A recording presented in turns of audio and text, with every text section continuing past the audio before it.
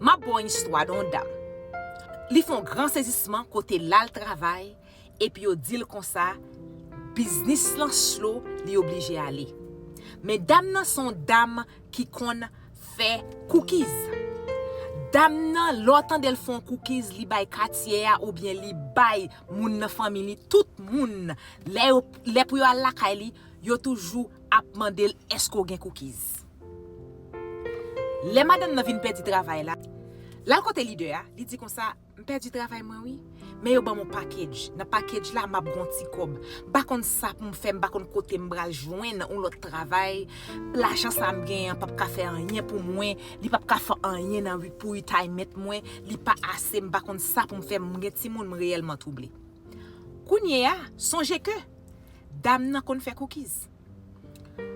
Moun qui t'a bal conseil là, dit le comme ça, OK, yo bon petit cob.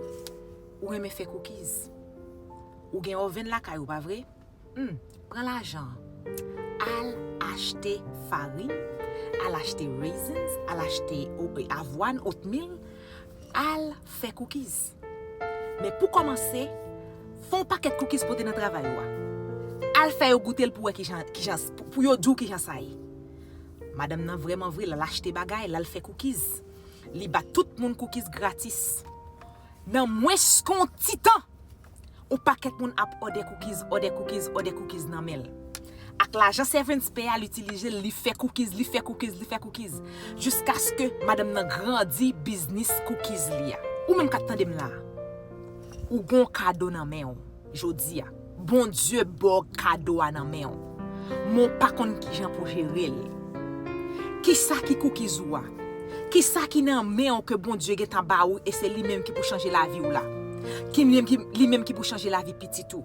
Lui même qui pour changer statut financier. Il nan mon déjà. Bon Dieu ba ou déjà.